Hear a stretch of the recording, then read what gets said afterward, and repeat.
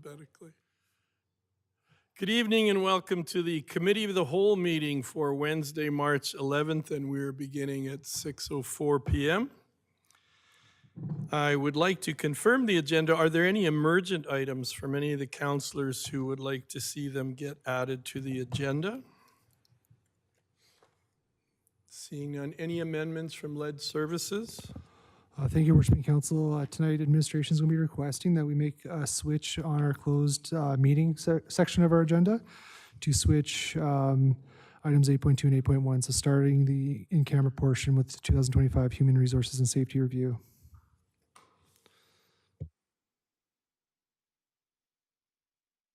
Okay, councillors, did you all get that? And we're looking for a motion to confirm as amended.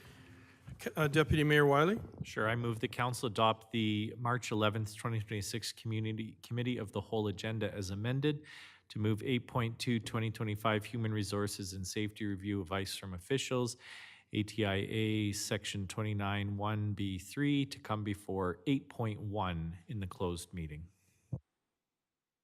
Thank you for that. You've all heard the motion. I'll call the question. All in favor? And that motion is carried. Public comments, I don't believe we have any tonight. And we do have a delegation. We have one delegation with us tonight. Staff Sergeant Wilgosh and Sergeant Salmon. Good evening and welcome. We look forward to hearing and seeing your policing report again. Good evening, Your Worship. As always, all comments made through the CAO to the Chair, to the rest of Council for the duration of the presentation for ease of reference. Again, I'm pleased to have the opportunity and to appear before you again to provide you an update on our community policing initiatives and the results that we've achieved so far as recently as Q3, which covers October 1st to December 31st, again, Q3 of our fiscal year. We've continued with the various programs that we have in place to seek not only to maintain our historical average or crime averages in our selected groups within our property crimes objective. As you can see, we continued with our habitual offender management program. In Q3, we were monitoring 12 habitual offenders, 5 of whom resided in Strathmore. I can tell you that the checks during that quarter did not identify any violations or breaches at that time. So we're obviously quite pleased that those individuals are, again, living a law-abiding lifestyle and not coming to our attention in a negative way. Our Persons of Interest program remains in effect, as does our Security Screw program. In fact, it was my colleague in Drumheller is also looking to roll out this program as well. I do present before Wheatland County, and certainly an observation was made with a personal story with one of their counselors that they've taken part of the program. They've seen it quite beneficial, and I guess kind of selfishly, based on where he lives in the area, he lives closer to Drumheller, so he'd rather not come to Strathmore to take the security screws off instead of having it done in Drumheller. So anyway, sort of a side story there, but the program is moving along. We do find a large percentage of our theft from motor vehicles have historically been theft of license plates from vehicles. That includes our rural areas as well, so this has been a useful tool for residents. And again, we're aware that our dealerships in town, or at least some of them, have adopted this on their own and purchased their own fasteners, and it's become standard on vehicles that they sell. So we're happy that they've had the uptake with that. You'll see our results as far as our break and enter, theft of motor vehicle and theft from motor vehicles in the graphic results that you see. Break and enters in Q3, while reduced from last year, they were up slightly from our historical averages. I've broken those down for you, as you'll see further down further into the report. As far as what we were seeing there, three of those residential reports were unsubstantiated. So essentially, they were reported, but we couldn't say that they actually happened. Where a person goes home, they think their home's been entered, but we see no evidence of it. Unfortunately, it does get captured within our results. So you can see at least three incidents out of the 11 were attributed to that. 2 vacant homes were entered, and again, as you see, one was suspected to have been committed by a family member. Again, just internal conflict and strife. I can see that in one of the break and enters to a property or a business, the suspect was identified, and the investigation remains open to ensure we can lay charges. You can see theft of motor vehicles, again, remains slightly elevated from our historical averages. Most of the occurrences that we're seeing in those areas are, again, still committed by area habitual offenders. People don't live in our area. Most of the occurrences that we're seeing are stolen vehicles that are dumped in our area and new ones taken, again, to kind of leapfrog along with their criminal activity throughout the area. With respect to those crimes, I can tell you that offenders were charged in 7 out of the 11 thefts, whether in our area or as they were identified in vehicles in neighboring jurisdictions. So we were able to ensure that the investigations were carried through and charges were laid in those occurrences.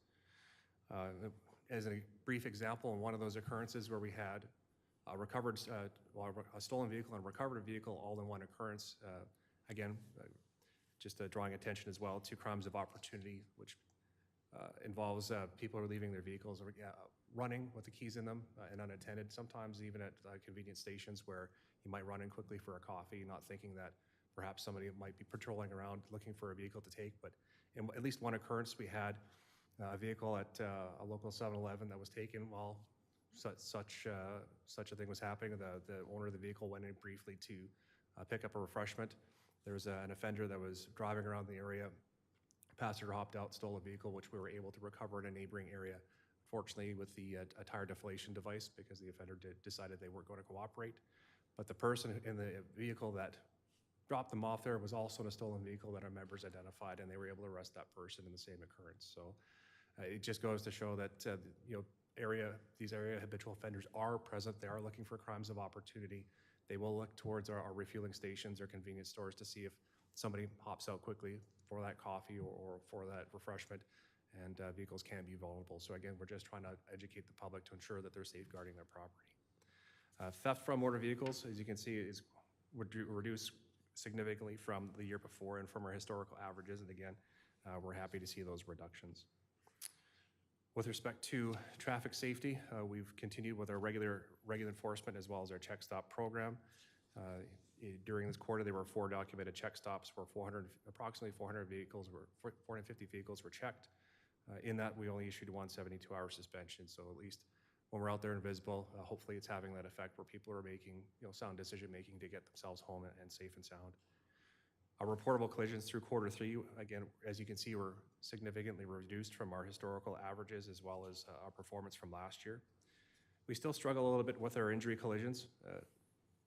Really, it comes down to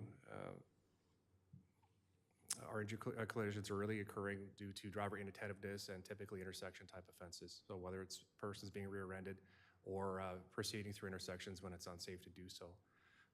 Regardless, our injury collisions for our Strathmore are very low, and I still can say between both areas, regardless of some of the fluctuations we see, our road safety is quite high here in Strathmore.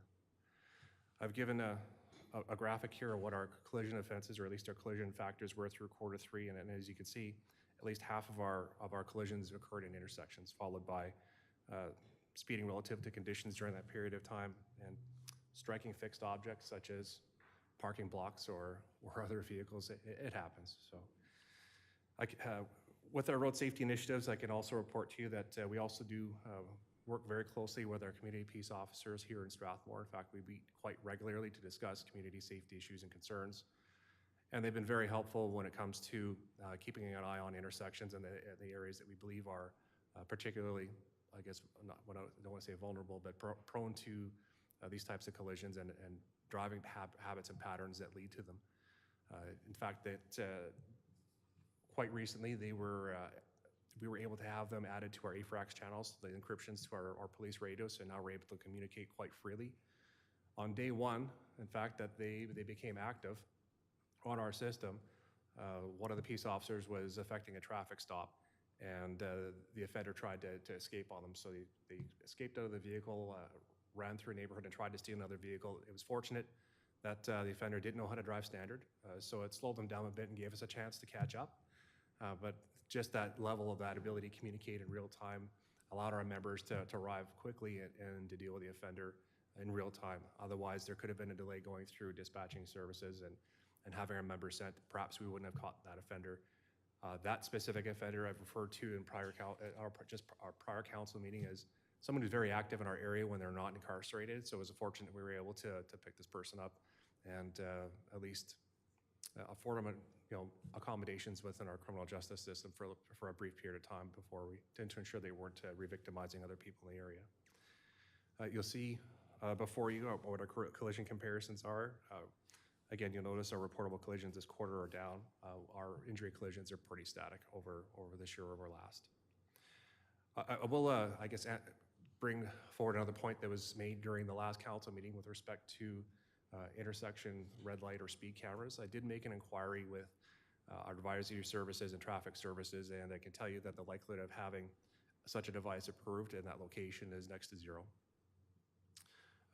Just with respect to the province's interest and the criteria for issuing waivers for such devices, I can tell you that his counterpart in the city of Calgary made several applications, and out of them, less than 10% of them were approved, and that's with strong data with multiple fatalities at each location.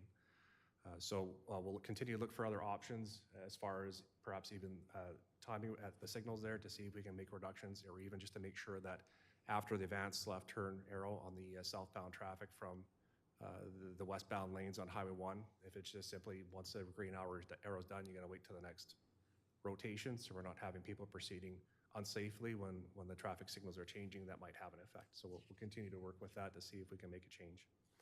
And just again, to answer the question from our last council meeting, I did some digging. So our third priority with respect to community engagement, our members remain quite active in the community.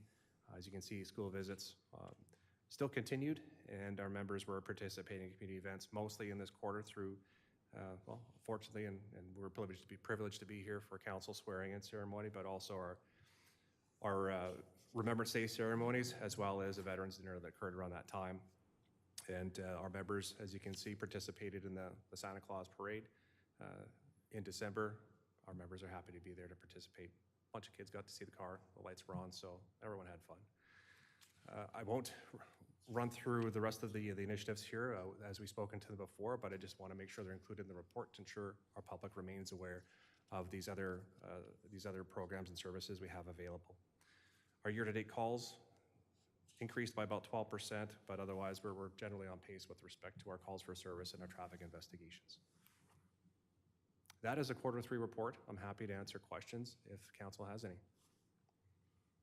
Thank you, Staff Sergeant. It's very thorough. I just had one easy question, I'm sure. If we could go back to the Strathmore collision comparisons on page 11 of 67. It's your page 6.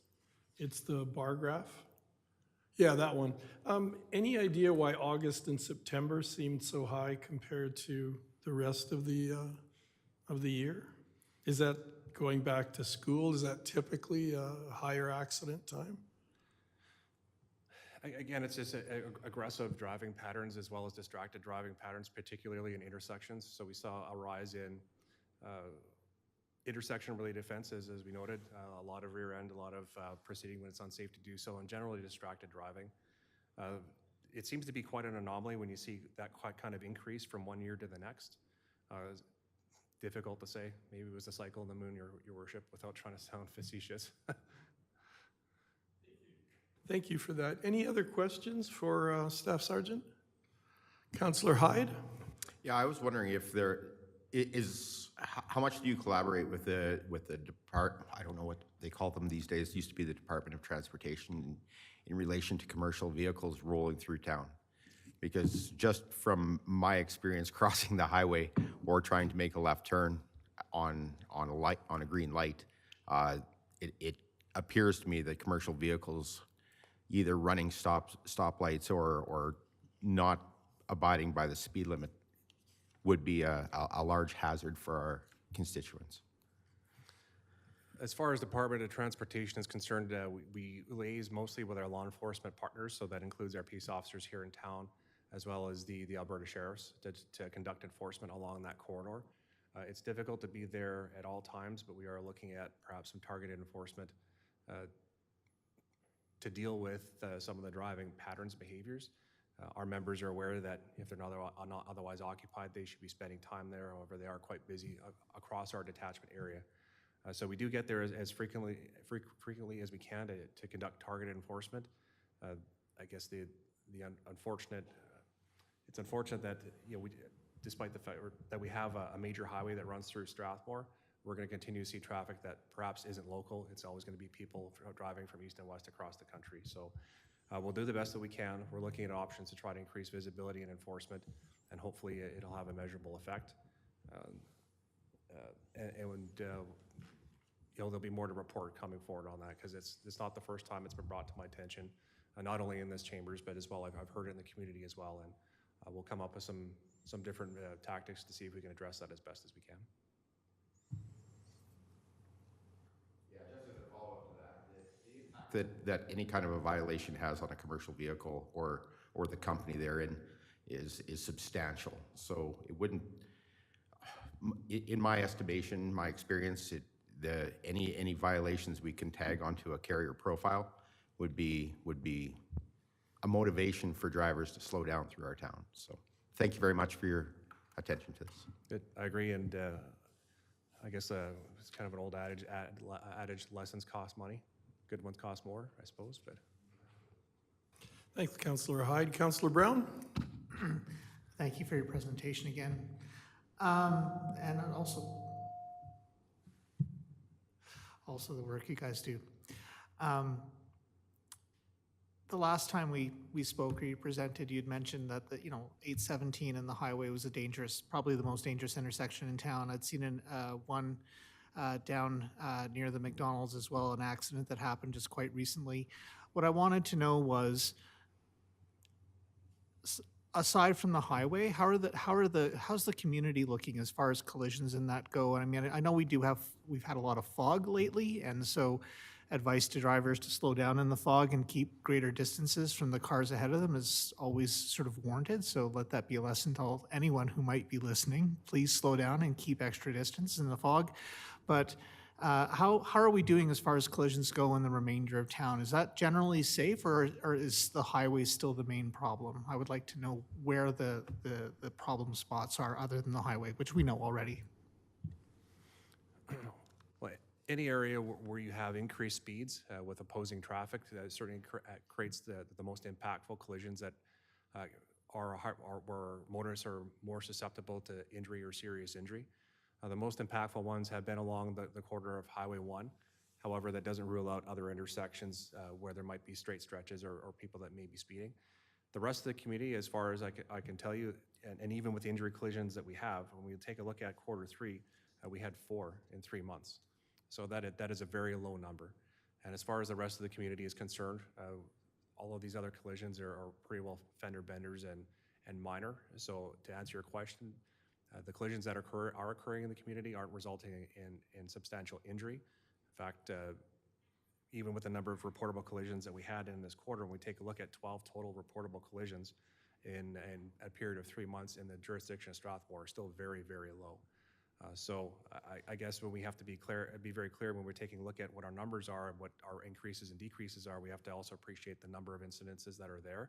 If we only have say 4 injury collisions in 1 quarter this year, and next year in quarter 3 in the same period of time increases by 1, well, now that's a 25% increase.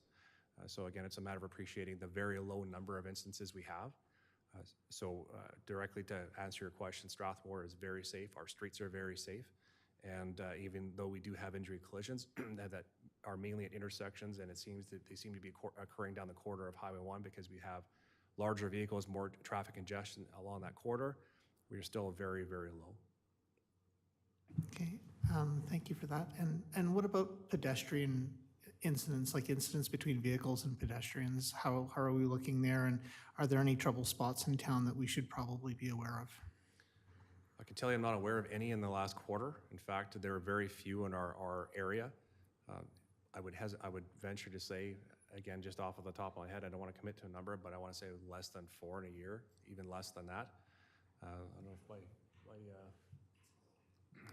if my colleague can say that it's very low. And when it does happen, it's typically when pedestrians are crossing the road, typically at night, and not wearing or wearing dark clothing.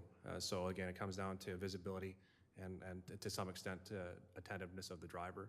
Those instances are next to non-existent in Strathmore, to be honest with you. Okay, well, that's good to hear. Thank you, appreciate it. Thank you, Councillor Brown. Any further questions? Seeing none, thank you again for your report and being here tonight. Much appreciated. Thank you, Your Worship. So we move now to item 5, confirmation of minutes, 5.1, Committee of the Whole meeting minutes for February 11th, 2026.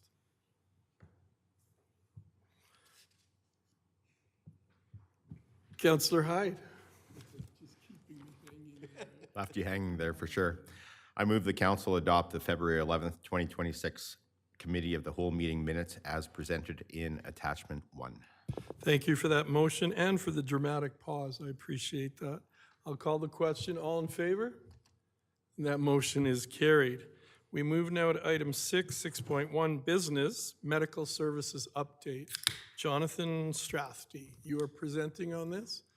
I used the full name there tonight, Jonathan, so welcome. We look forward to this.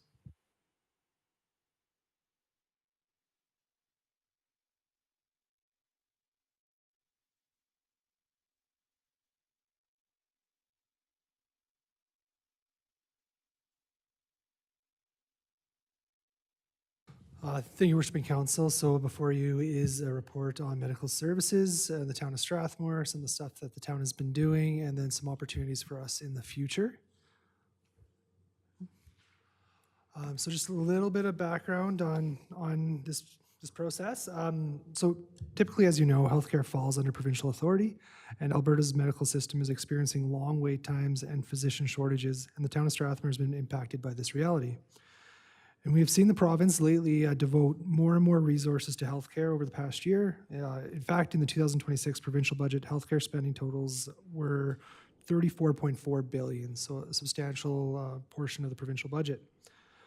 However, to minimize the impact on residents, the town has been very active in its effort to attract new medical services to the town.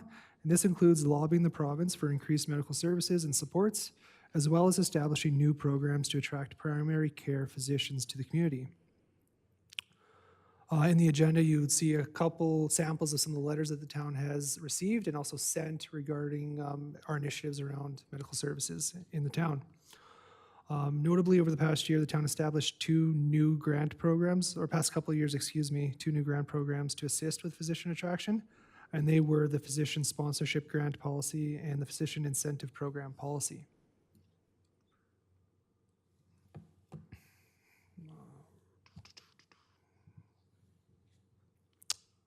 Sorry. And so on the screen before you, you'll see the copy of the motion that council adopted last week. You directed administration to bring a report back to you on both those policies, as well as a potential medical services committee terms of reference. So I have a couple questions for council tonight, kind of just to get your feel of where you'd like to go going forward. And we'll start with the Physician Sponsorship Grant Policy. So this policy was adopted on May 15th, 2024, and it resulted from discussions with a local medical office, which presented this idea as an opportunity. Following this discussion, administration engaged with external stakeholders and reviewed the College of Physicians and Surgeons of Alberta's requirements for their programs when incentivizing internationally trained doctors to the province. And we believe that there was an opportunity to develop a program that would offer a grant to reimburse a local medical office who was sponsoring an internationally trained physician through this program. Since this policy was put in place, we've only received one grant application, but this grant application was successful, which is great news for the community. It brought in one new doctor to our community, which was great. But for this reason, we're going to be proposing that this policy be amended to change the sponsorship grant total from 3 awards totaling $90,000 to 1 grant totaling $30,000. And that $30,000 is that we got to that value just by when we talked to those medical offices. That was around how much the sponsorship grant fee or sponsorship fee was for those medical offices. So that's how we got that $30,000 total. My question for you is pretty simple on this policy, anyways. Is do you want to continue with this program? And if you do, are you agreeable to the recommended amendments that we've presented to you? Deputy Mayor Wiley? Would it be possible for us to get all of them on the table first and then talk about as a whole, which ones we agree with or disagree, or what does council think about that?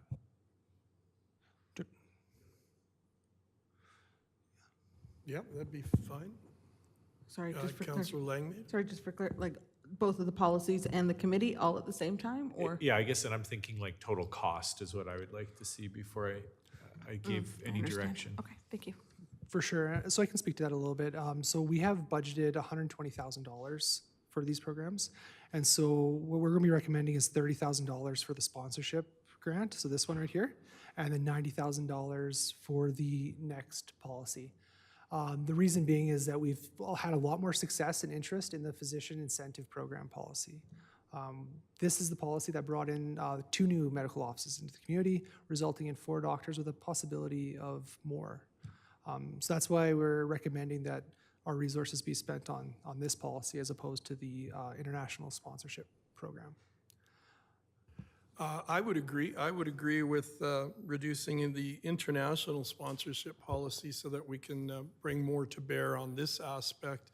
I've already had, and I believe our CAO has had conversations with an existing longtime doctor who has some plans regarding the clinic and possibly bringing in a physician. So this would give us some more flexibility, some more ability to help out in situations like that on a case-by-case basis as a council would decide. So I like that idea.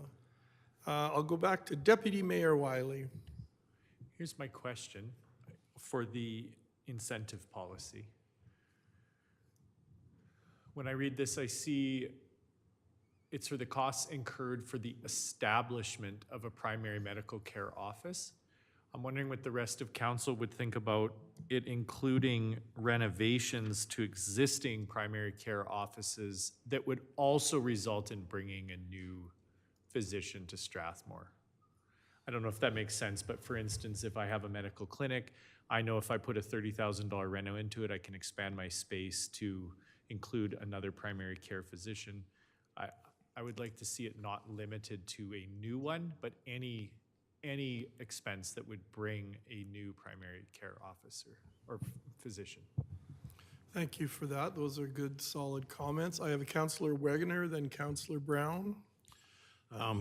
Deputy Mayor Wiley, what you said sounds good. I guess what I would be looking for is if we sponsored them, what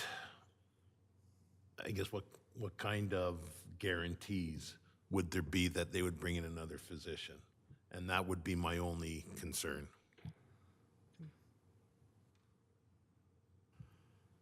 Councillor Brown, then Councillor Hyde.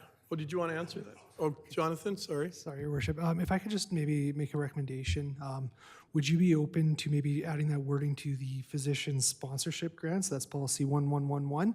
And the reason being is that policy is more geared to local medical offices. That's that $30,000 one for international sponsorship. Maybe we could open that up to be any doctor moving to the community.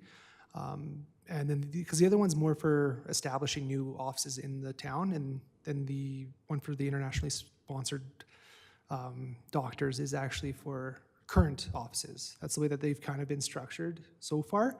If you're open to that, we can change some wording around in that policy to make it one grant of $30,000 for either an internationally trained sponsorship or to make renovations to your offices to attract a new doctor. Deputy Mayor Wiley. Sorry, thank you, Councillor Brown. So just to clarify, so the physician sponsorship could be specifically geared for existing medical care offices in town, and it could include office renovation or international doctor sponsorship, whereas the physician incentive policy is really just for the establishing new medical facilities.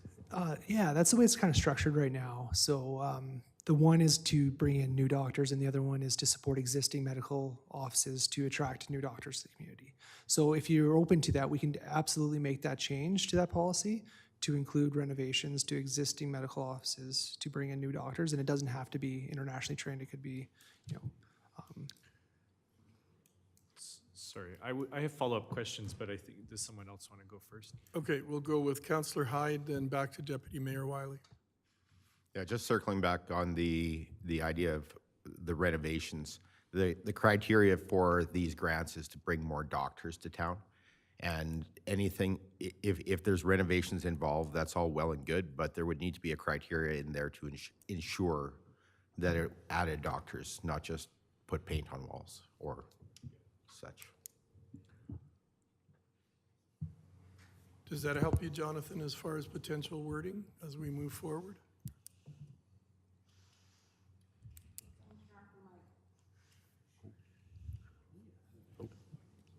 Kara, did you want to jump in? Maybe just to the question about ensuring about the adding the additional doctors. So I just want to remind council about either policy. We do have a very detailed agreement, and so that would be the component that we would use to also really further emphasize the deliverables that are required and when. Okay, thank you very much. Councillor Chisholm. Thanks, and I don't want to throw another wrench in here, but the desired outcome is to attract doctors and help to establish a clinic. So I would, what if we merged them together, just one policy for X amount, and these are the eligible criteria, just one policy? Jonathan, any offerings of insight? Absolutely. I mean, it's council's policy, so we could do whatever you guys feel comfortable with. The one consideration would be that it probably is going to cost a little bit more money for a new office to open up in Strathmore than to make some renovations to an existing office to bring in a new doctor. So that might just be something that we'd have to play with in the policy a little bit if we were going down that road, just because I do think that the new medical office might need a larger grant than an existing one if we were going down that road. Yeah. Desired outcome is Yeah. this is the budget, and put the criteria in it that clearly identifies the eligible Absolutely. expenditures. Councillor Langmaid. Thank you, Worship. Earlier in your presentation, Jonathan, you mentioned that we're kind of moving the bulk of the funding into the physician incentive program policy because there seems to have been more interest in establishing new medical clinics versus attracting new international doctors. What I'm wondering is, has any thought gone into, now that we have established more medical clinics and both new clinics have expressed interest in bringing more doctors into their practices, are you anticipating that there might be a bit of a shift in interest in those programs towards more of the physician sponsorship grant now that more clinics have been established? Yeah, it's a really good question. So I'll say with policy 1111, that's the sponsorship grant policy, part of the issue that we've when we've talked to the doctors in the community and also working with the province is the process with the province to bring in those doctors can be quite robust and time consuming. And so I think that's been one of the barriers that we faced. I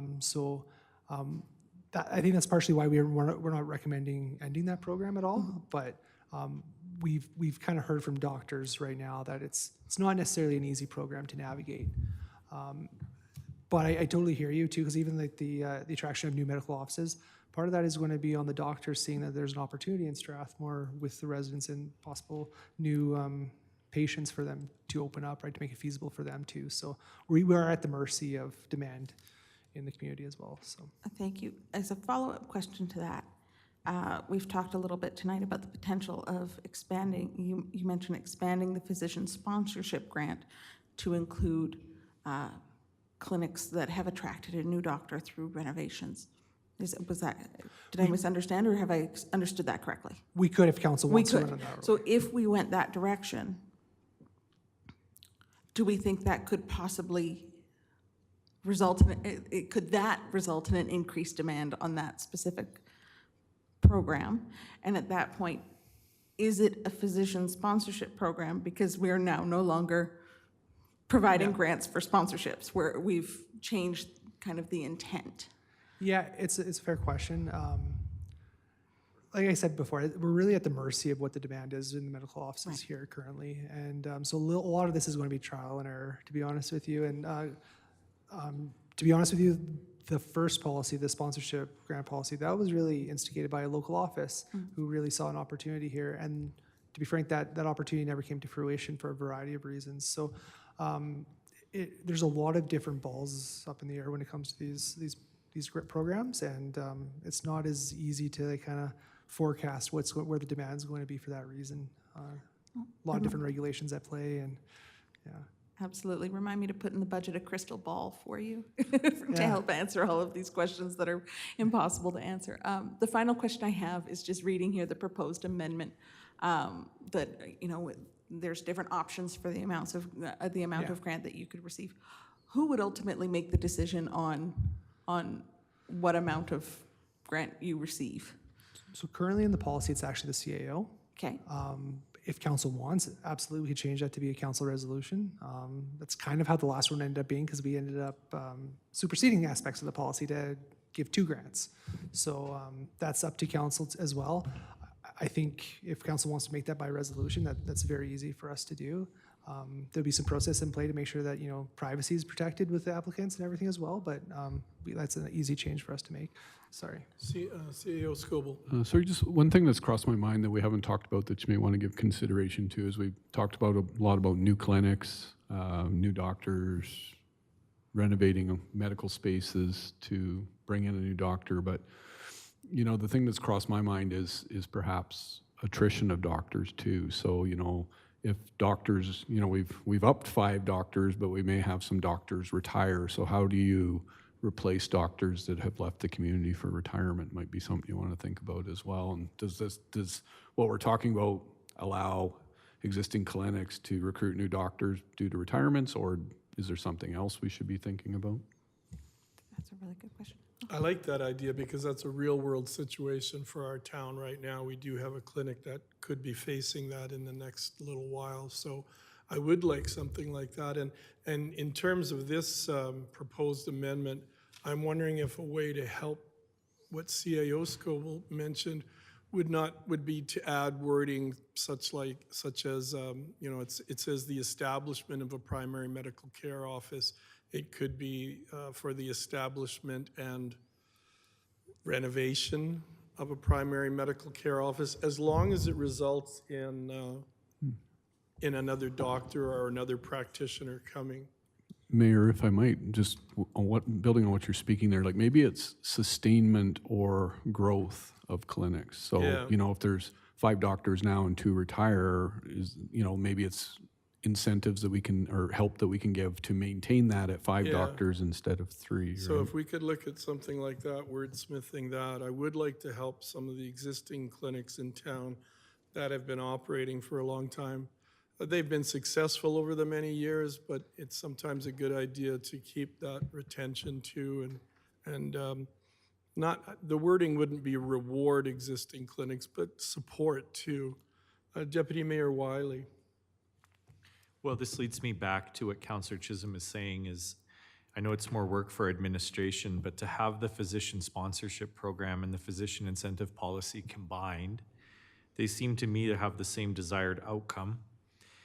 I've heard that with them separated, we're at the mercy of demand. Forecasting the demand is difficult, but if they were all combined into one policy that included establishing medical offices, one policy that included renovations, one policy that included finding ways to solve attrition and attracting new doctors, as well as international sponsorship, it seems to me like it would be a catch-all that would meet our desired outcome, but it would certainly mean revamping the policies as they exist. Jonathan? Yeah, and that wouldn't be a whole lot of work for administration. We could easily make this one policy. Part of the reason is because they're both kind of, they're almost pilot programs, right, as we're kind of filling them out. That was part of the reason why they were separate too, right? It's easier to just rescind one policy than to kind of go through and pluck what's working out of both and not impact the day-to-day. But we can easily bring them together into one policy. One thing I've heard a little bit of conversation, so are we wanting this to also be attraction and retention, or is it more for attraction? Attraction and retention? Councillor Hyde. I believe it was attraction and sustainment rather than retention. So the doctors that we have here currently, they would stay. If one leaves the clinic, it would be to help assist the clinic on moving their doctor number back up to where they were. Am I right?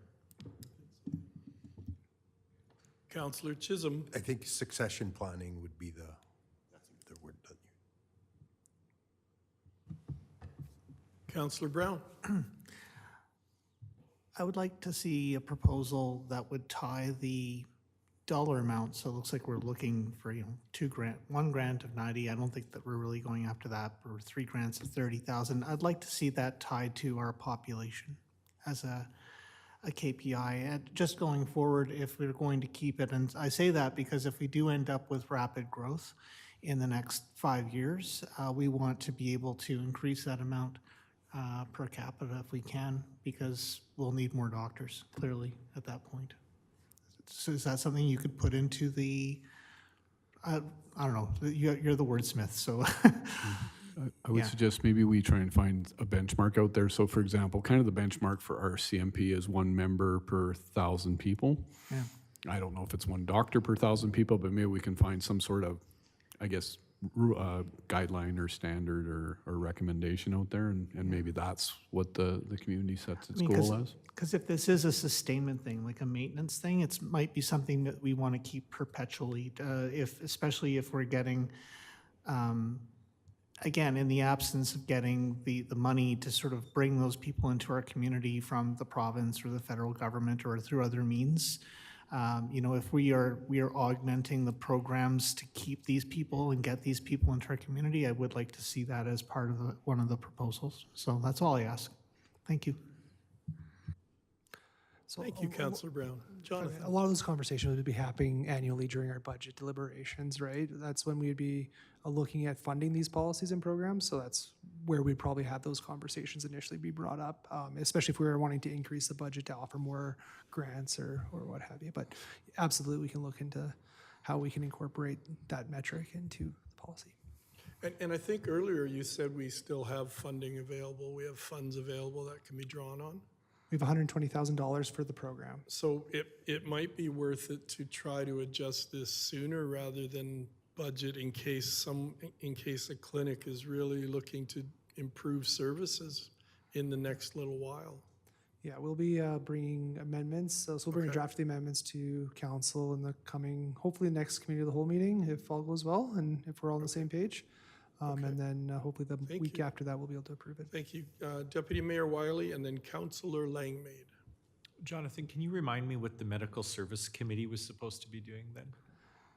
Yeah, so Or is that the next slide? That's the next one. Okay, was it responsible for deciding the amounts awarded then in the grant? So we don't actually have a committee right now, so we were going to actually see what council wanted the committee to look like. So that's Okay. definitely one of the tasks that they Okay, could look because like. that was sort of the last question was left hanging for me then is, do we want the CAO to do it or council? But I'll let you get to your next slide then.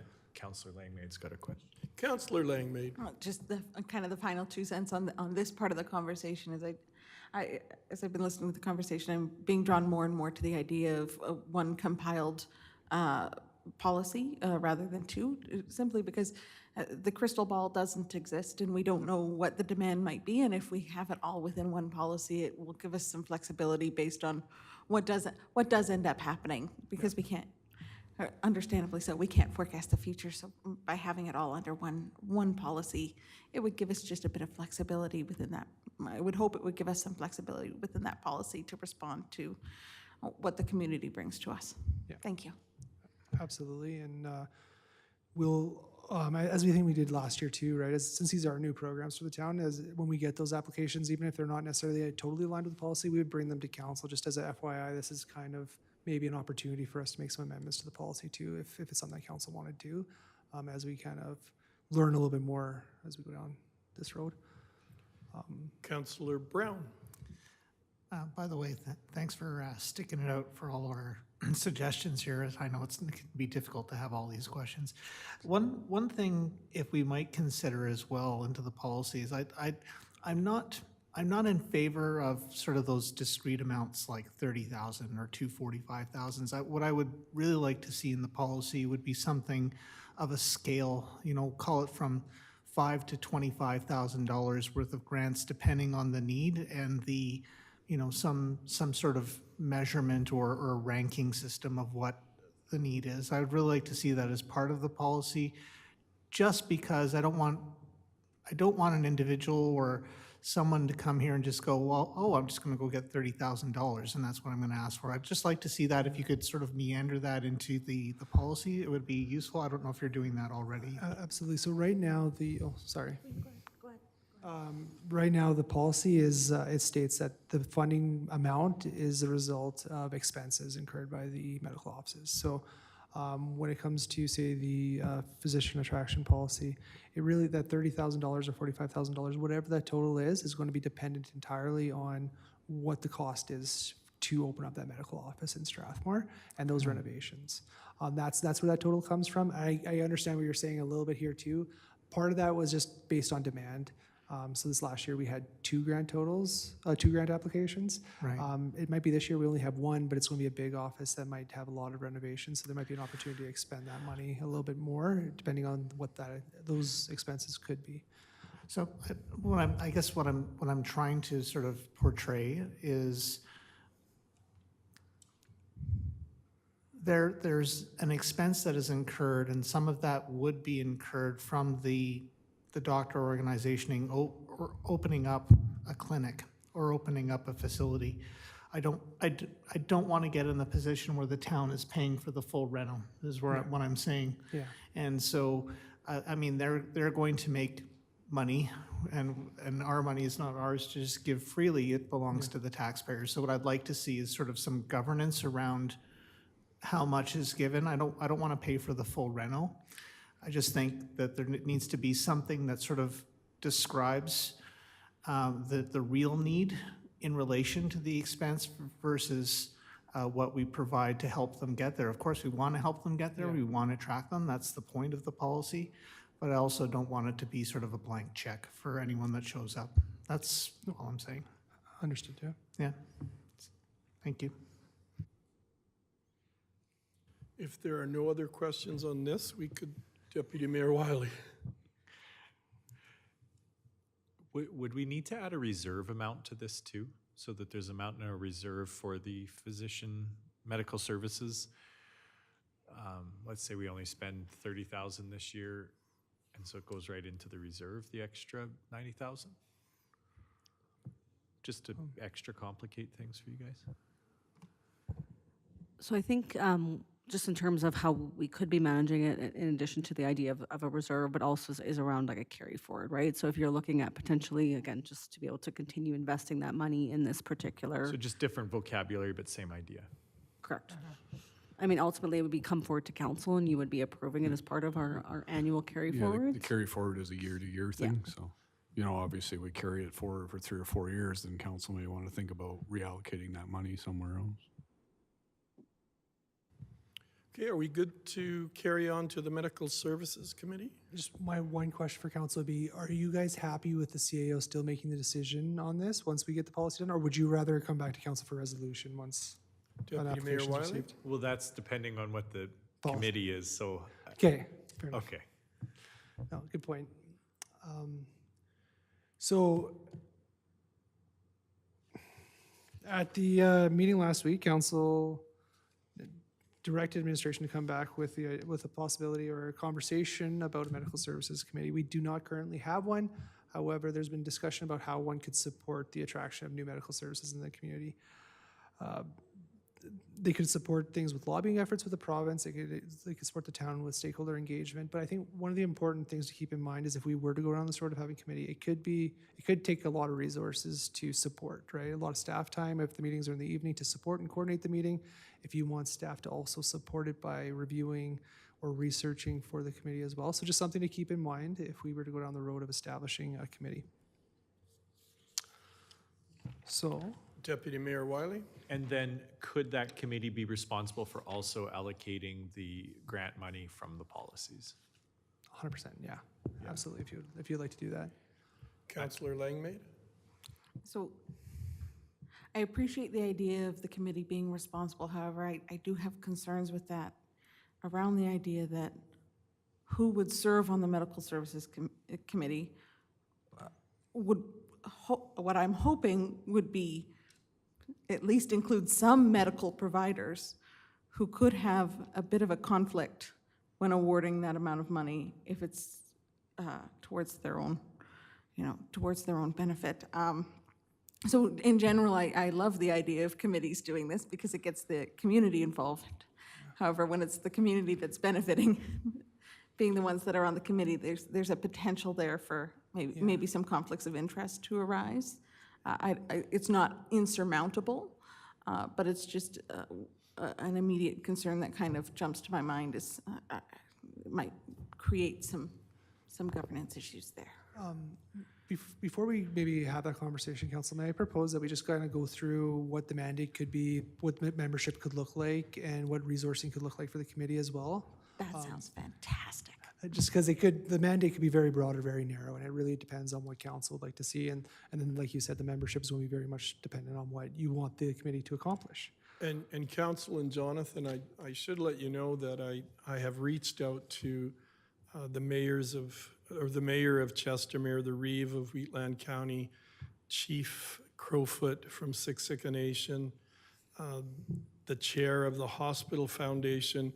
We've been notified, or we've come to become aware that time is of the essence in this kind of a service committee regarding diagnostics, because there could be changes as far as the provincial approach to licensing. So I have set up an initial meeting this Monday, but it's basically just to start kicking tires, and I will acquiesce. Too bad Denise isn't here. I will acquiesce to whatever is discussed as far as committee membership and who should and shouldn't be a part of it. But we do have to start the ball rolling very, very soon, I think. So this will just be an initial icebreaker without the goofy icebreaker games. Councillor Brown. If a committee were set up, what additional operational costs would be added to the existing grants that we're providing here? So thank you for your question through the chair. So ultimately, it depends on what you want the committee to accomplish.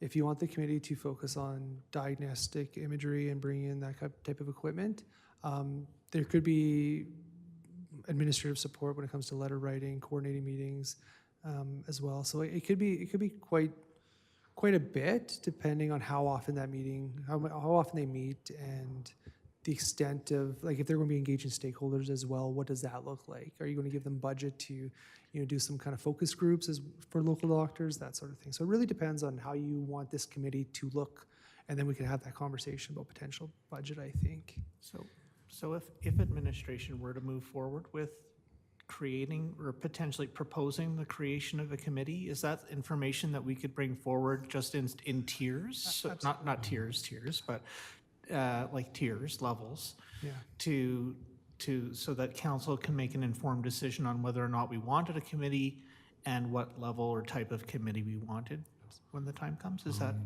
something? These processes can almost become a little bit iterative, a little bit back and forth till you get it where you want. Was it task forces on the previous slide? Could you flip back a slide? So where I'm going is, I've seen full-scale committees. So a task force tends to be a little more surgical. It has a defined task to be completed by a certain date, whereas the committee is a little more broad-based with a bigger picture, more holistic look at things.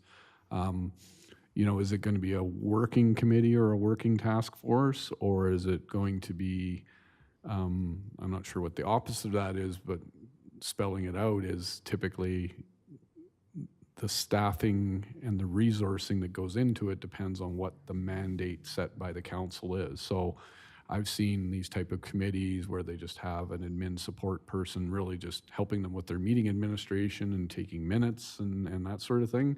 Whereas I've seen other committees where there's been 2 or 3 staff allocated almost on a full-time basis to deliver on the mandate of the committee or provide the, really no different than the council administration relationship. In this case, these staff members are doing the detailed work to provide recommendations to the committee. So you know, I don't know that we fleshed that out here tonight. We can work on it, but I'm saying it's a bigger discussion, right? And then, of course, the cost and the resourcing depends on what is landed upon, so. Of course, and I also like that you used the word surgical in reference to this, by the way, that was wonderful.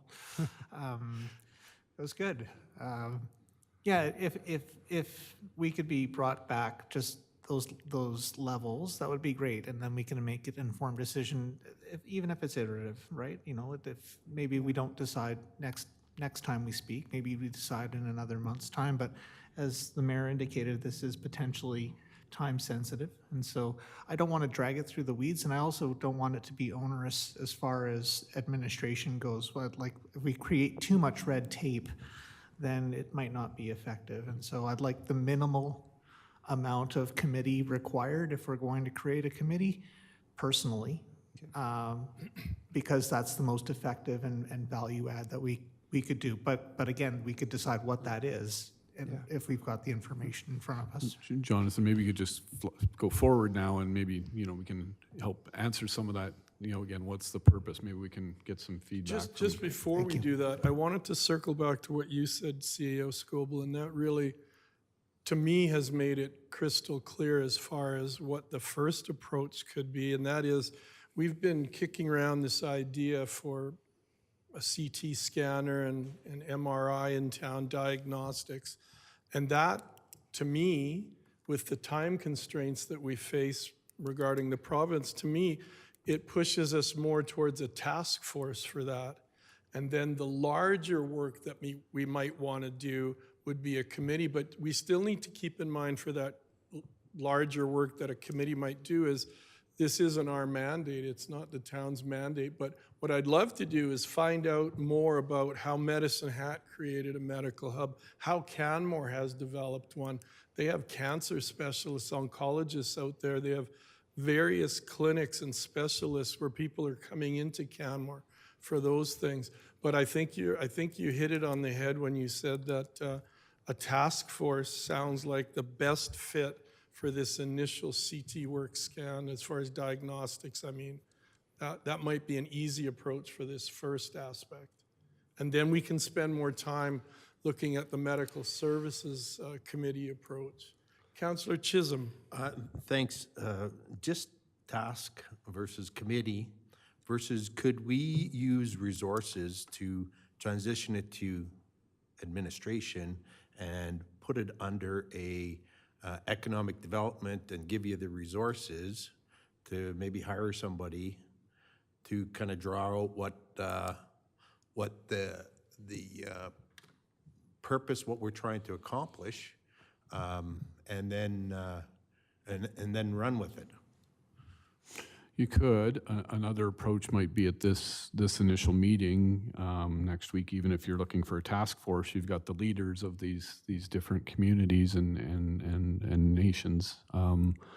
Something I've had done before is, you know, you could sit down and say, we got 5 members, and so member 1 is going to contribute a communications person, member 2 is going to contribute a policy person, member 3 is going to contribute a strategy person, whatever it might be. Like, pool your resources instead of, you know, and maybe that's part of your ask next week is, you know, that let's pool our resources to get this done together and not ask one community to do all the heavy lifting or what have you, so.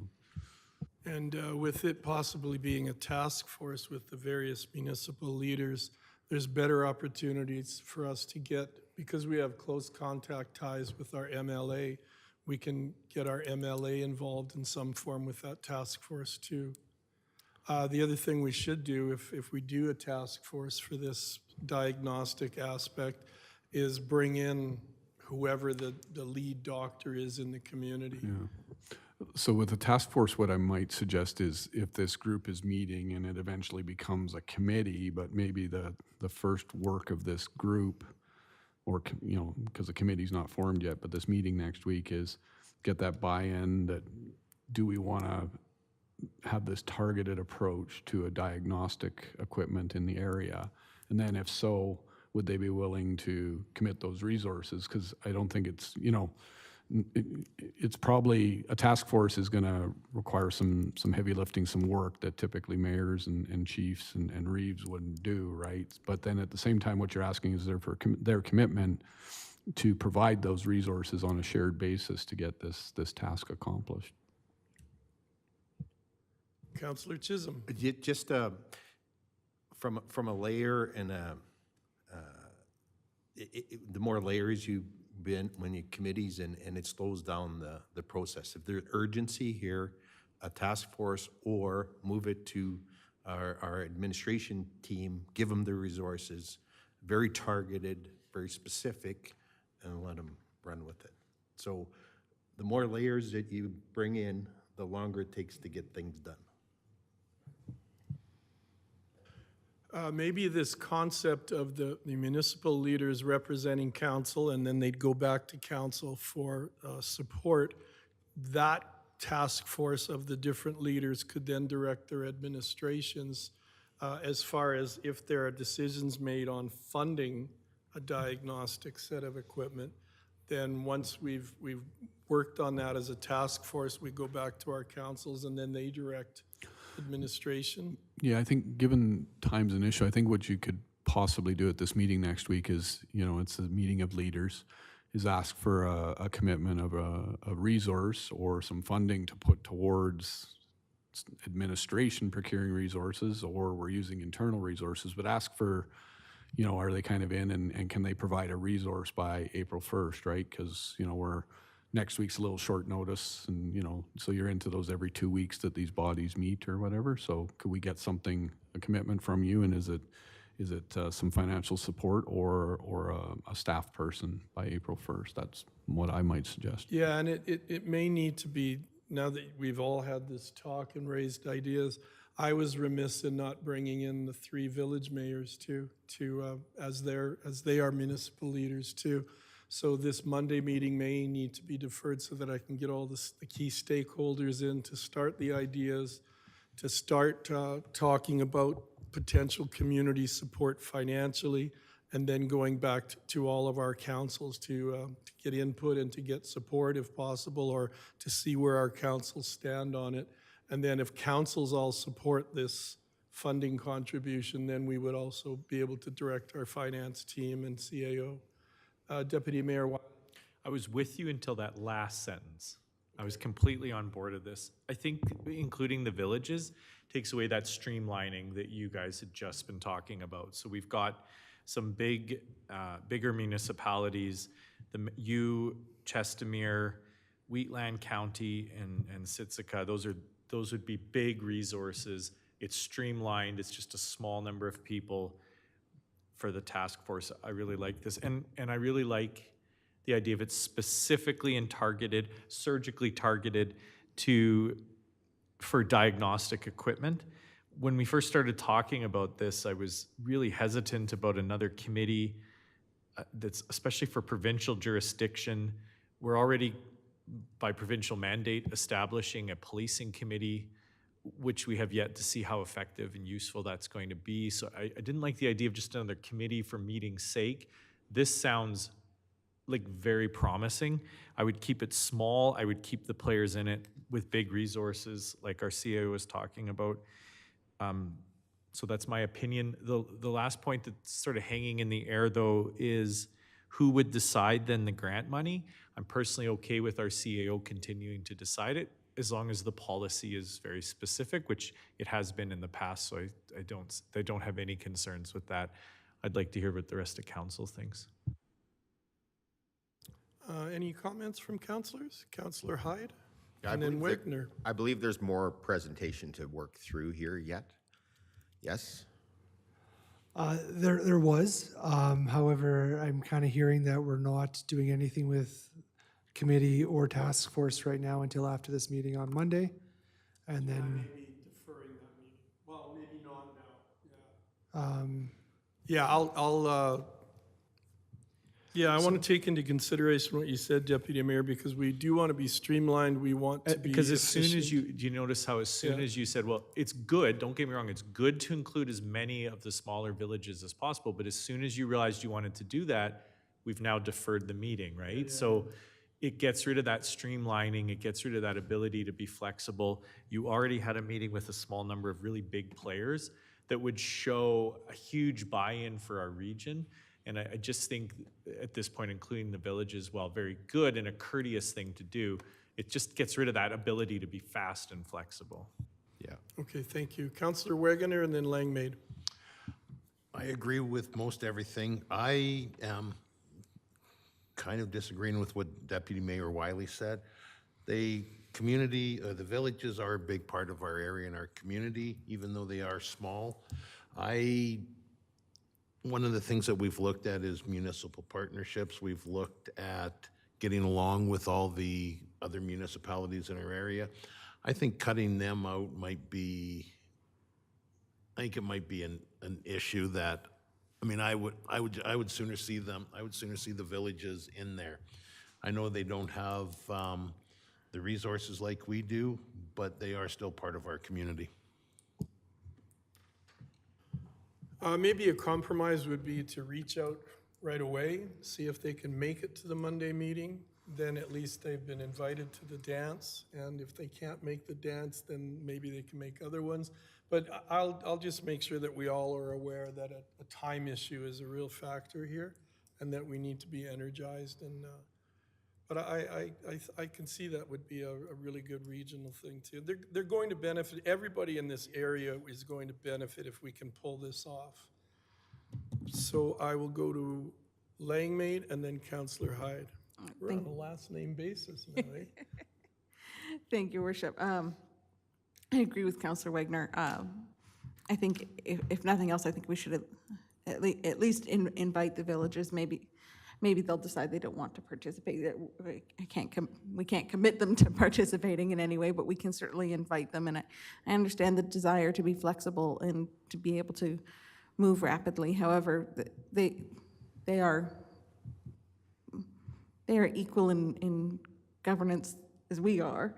They represent a community. They have people that they represent that would benefit from this program, and I think that they should have the opportunity to decide whether or not they want to participate and to be involved in a program that could benefit their own constituents and residents. And I don't think it should be decided based on size of the community, because the benefit is the same no matter how many people you represent. So I would like to see, I don't want to see the meeting delayed, because I recognize the comments about, the urgency of this situation. However, I would like to see them invited. Hopefully they can make it to the meeting. If not, if they're willing to participate, then hopefully they can make it to the next one.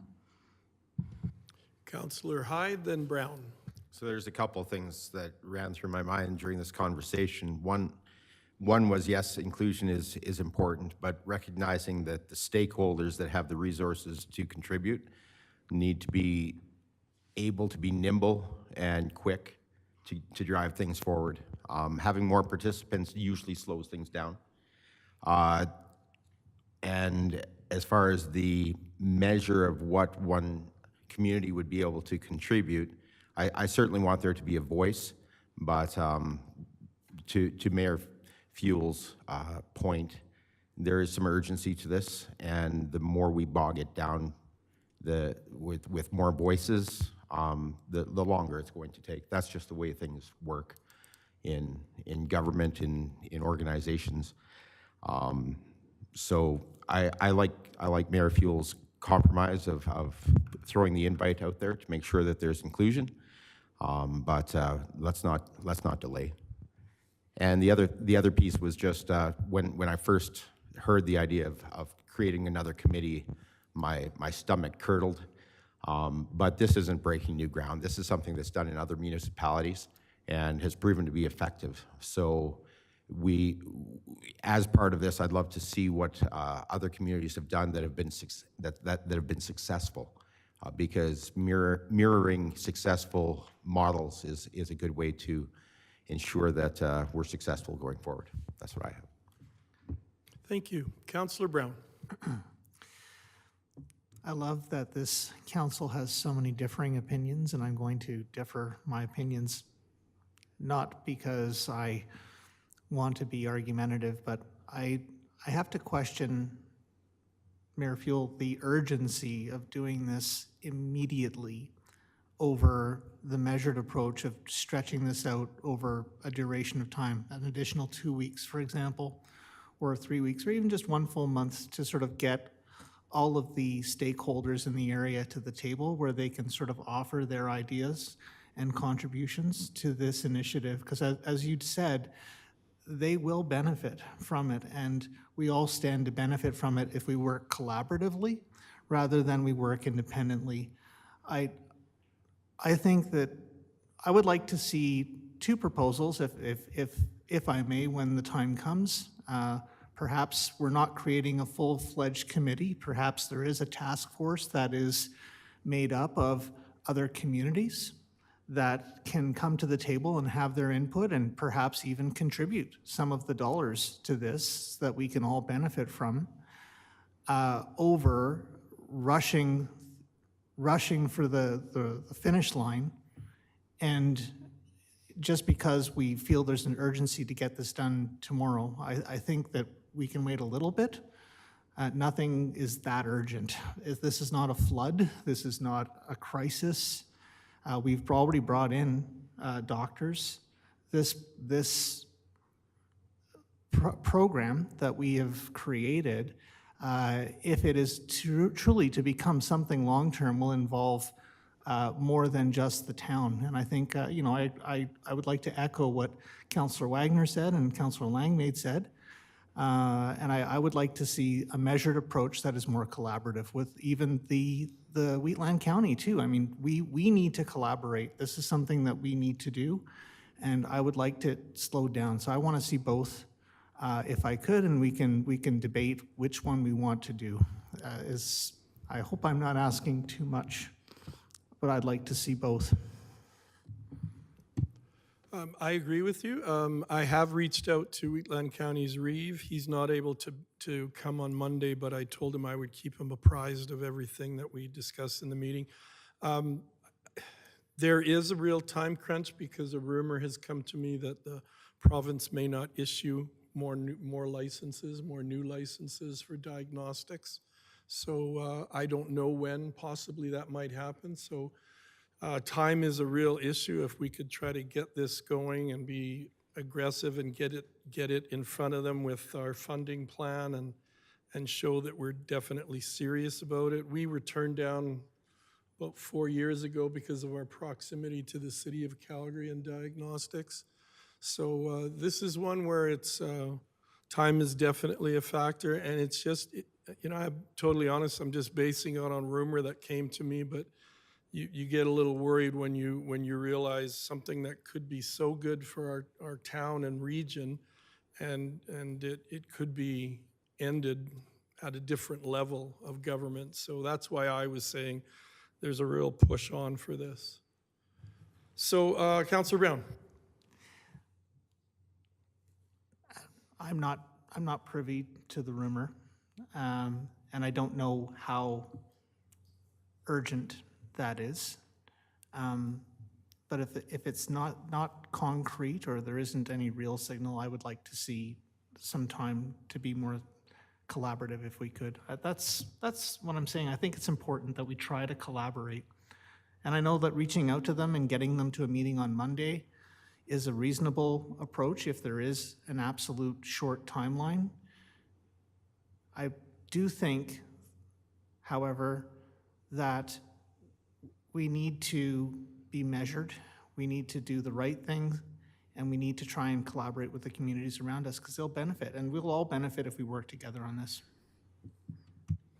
Deputy Mayor Wiley. Councillor Brown, I have a question for you. Are you asking by both things? Are you saying you want administration to come back with a proposal for a medical services committee and a diagnostic equipment task force proposal? I'm saying a task force for now, but you try and get the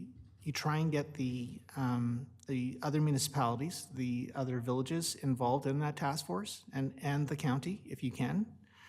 And if you are going long-term, it will have to become a committee at some point. Now, I don't feel the need to sort of suss out all of that. We want to do this as quickly as we can, but I don't want to work independently as a town when we've got an opportunity to work with the other communities. That's important. I think that's something we all recognize. We don't want to be painted into a corner that we're the word is going rogue, where you basically do things your own way.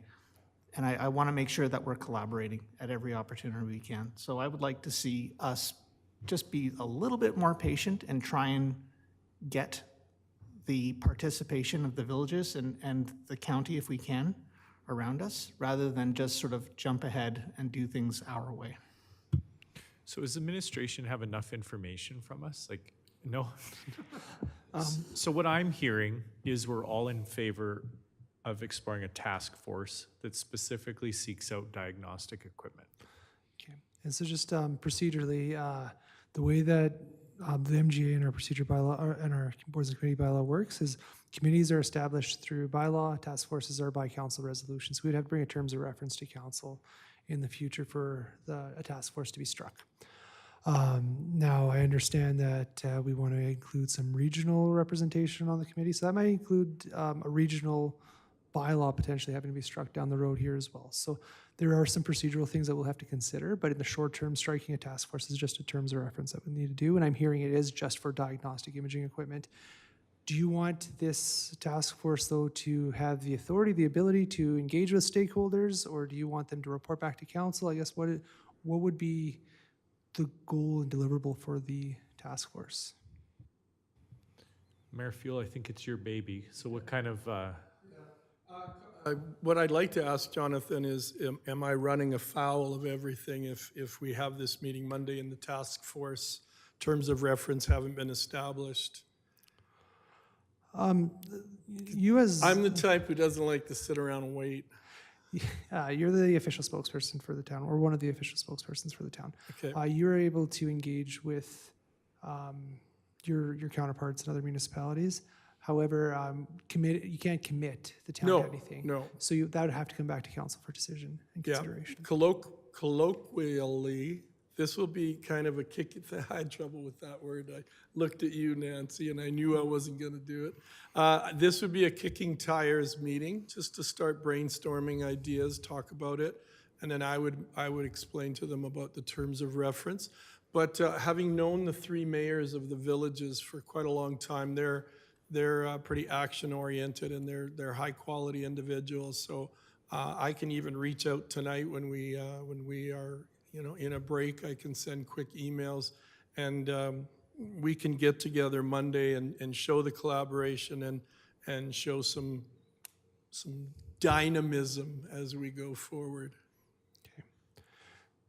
So is it fair to say that maybe potentially at our next council meeting next week, that we have an update from the mayor on this item, and we can develop the terms of reference for a task force at that point, once we know a little bit more about representation, deliverables, that sort of thing? Okay, I think that can work. Deputy Mayor Wiley. well, and maybe in the next week, it would be helpful for administration to help us brainstorm that. So Yeah. if we tell you that our goal of the task force is diagnostic equipment, bringing in all the key stakeholders from the region, Yep. so a regional approach task force, maybe administration could help us on how broad that needs to be in order to achieve that goal. Yeah, absolutely, and I think it's just, we'll bring some supporting documentation to council. So is this for the March 18th meeting? Yep. Oh, good, there's nothing else going on that night. Yeah? Yeah. Councillor Chisholm? I just might add diagnostic equipment and operationalizing. The And I can update council on that in camera. It's pretty sensitive information. So do you have a better understanding now, Jonathan, on the medical services approach to a committee and a task force? Yeah, so I understand that we're not going to pursue the Medical Services Committee at this point. That's going to be maybe down the road. We'll look into that. Right now, it's more, we're focusing on a task force for the attraction, specific to diagnostic imagery and operationalizing it as well. And then next week, we can have a further conversation about membership, about what their deliverables will be, what we're actually asking them to accomplish, and what authority they'll have, and then potentially resourcing as well. Okay, thank you. I think we've hit it on the head. Thank you. Quick thank you to CAO Scoble, because I was like Councillor Hyde. I was starting to get worried that this committee was going to become big and unwieldy, and what are we focused on? But bringing up the concept of a task force that focuses on one piece and one piece only, and we can be laser focused on that, I think was a great, great idea. So thank you. Surgical, as was said. I actually didn't even mean the pun there, too. I didn't catch it till Councillor Brown brought it up. Robust and dynamic surgical precision. Can I Councillor just Brown. also thank you to Jonathan for taking all of my unrelented ramblings, but I appreciate it. Thank you. Deputy Mayor Wiley. And Jonathan, you received enough information from us regarding the amalgamation of the two policies as well? Okay. Yes. No. Through the chair, definitely enough to bring a draft of the merged policies at a future council meeting for your consideration. Obviously, there'll be some details that you guys can discuss and debate at that meeting, but for sure, I think we have something. And since we're just putting out praise, I just want to thank my administration too. This was a policy that was, I think, unique to the town of Strathmore originally. And it just continues to evolve into something I think very useful and good. And I think other municipalities will try and rip off from us, but we're so far ahead of them. This is going to be good. So thank you. Rip off. Councillor Langmaid. Thank you, Your Worship. Yeah, I just want to echo some praise for both administration and for council. I know that our new strategic plan is yet to be unveiled, but I know that there's been a lot of discussion in the previous council and on this council of the importance of improving access to medical services for our residents. And I just want to express my appreciation to both administration and council for taking action on this and for following up on this topic and for committing resources to it, potentially committing resources to it. I mean, there's still decisions to be made, but we're taking action on it. And I just want to express my appreciation for that. Thank you. Thanks, everyone. We move now to 7, question and answer period. Councillor Wegener. I just have a question maybe for Director Pretzlaff or CAO Scoble. I've had a couple of people ask me about on Westmount Drive by Lawrence Hilton Park, there was one of those speed radar visible signs, and they said it's been removed. Are these on a rotational basis? I think Jamie could probably Or actually Jamie? answer that. Okay. Yeah. My understanding is it's a technology issue. We've been trying to fix them. We worked with the vendors, but they're beyond that, so they're inoperable. But I think that's, Jamie, if anything to add to that. Okay, so and then no plan to put anything back there? Well, we're investigating what the options might be. Okay, thank you. I have a quick and easy question for our administration. It's far enough away from line painting season, but I'm just wondering, we've put so much pride and effort into our paved pathways, and with the increased use of e-scooters and e-bikes on them, I'm wondering when we are planning for line painting, we could possibly start to do center lines on our paved pathways to offer some means of at least a visual protection that people need to be careful as far as staying in lanes.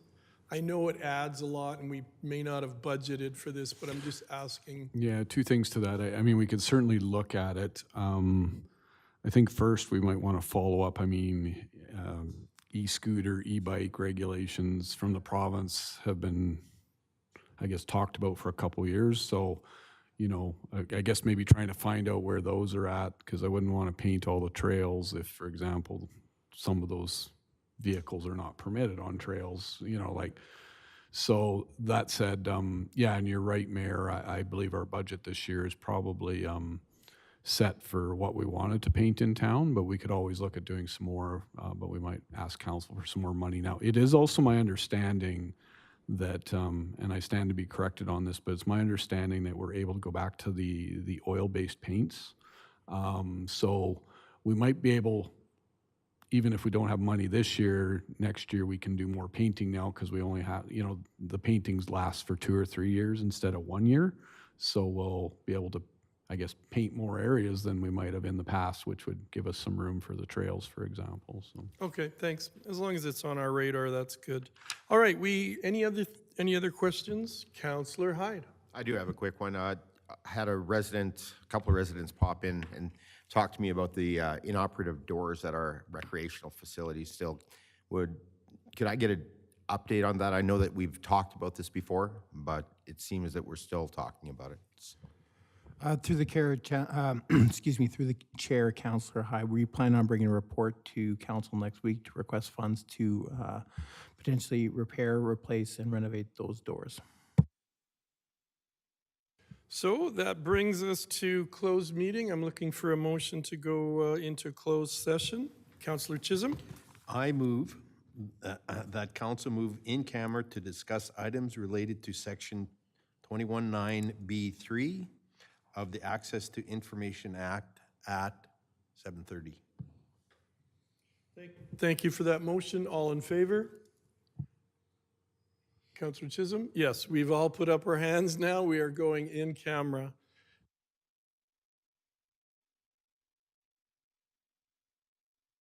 All in favor? I guess we can't do that in camera anyway.